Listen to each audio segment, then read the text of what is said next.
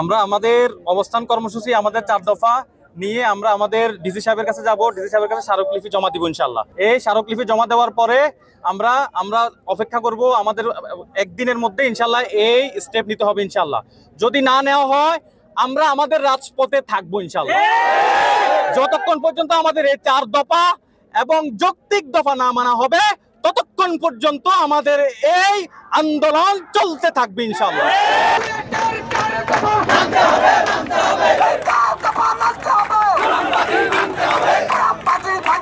বর্তমানে প্রকৌশল সেক্টরে যে দুর্যোগের কালো মেঘ নেমে এসেছে সেটা আসলে কিভাবে এসেছে দেখেন। আপনার হচ্ছে প্রকৌশল খাতের দুটো বড় স্টেক হোল্ডার, একটা হচ্ছে ডিপ্লোমা এবং একটা হচ্ছে একই সাথে বিএসসি ইঞ্জিনিয়ার, যেখানে আসলে দুইজন সমন্বয় করে কাজ করার কথা, আজকে দুজনে একে অপরের মুখোমুখি হয়ে আছে। এখানে তো মুখোমুখি হওয়ার কথা ছিল না, দুজন সমন্বয় হয়ে একটা জায়গায় যদি বিএসসি এবং ডিপ্লোমা ইঞ্জিনিয়ার যদি দুজন সমন্বয় করে তবে দেশের ইনফ্রাস্ট্রাকচার দাঁড়াবে, দেশের অর্থনৈতিক জায়গা ঘুরবে, কলকারখানার মেশিন চলবে। কিন্তু সেই জায়গায় আজকে যে বিরাজমান অবস্থা, কোনো একটা কুচুকরি মহল দুইটা যে স্টেক হোল্ডার দুটো স্টেক হোল্ডারকে মুখোমুখি দাঁড় করিয়েছে। আমরা যদি এটাকে একটা মানবদের সাথে, প্রকৌশল খাতকে যদি একটা মানবদের সাথে কল্পনা করে থাকি তাহলে সেখানকার অত্যঙ্গ প্রত্যঙ্গগুলো হচ্ছে ডিপ্লোমা ইঞ্জিনিয়ার এবং যে মেইন মাথা সেই মাথাটা হচ্ছে বিসি ইঞ্জিনিয়ার।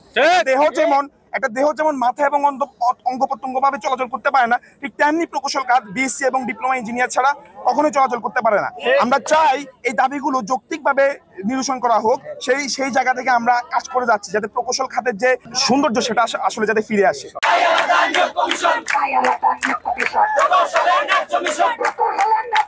প্রকৌশল সেক্টরে যে সংকটটা দেখা দিয়েছে, এই সংকটটা সমাধানের জন্য যে যৌক্তিক দাবিগুলো দরকার ছিল সেটা আমরা ডুয়েট শিক্ষার্থীদের পক্ষ থেকে এই 4 দফা দাবিতে আমরা ইনক্লুড করে দিয়েছি। আপনারা যদি আমাদের এই 4 দফা দাবি দেখেন তাহলে বুঝতে পারবেন যে আমাদের এই 4 দফা দাবির মাধ্যমেই কেবলমাত্র বর্তমান প্রকৌশল সেক্টরের যে সংকট তা নিরসন করা সম্ভব বলে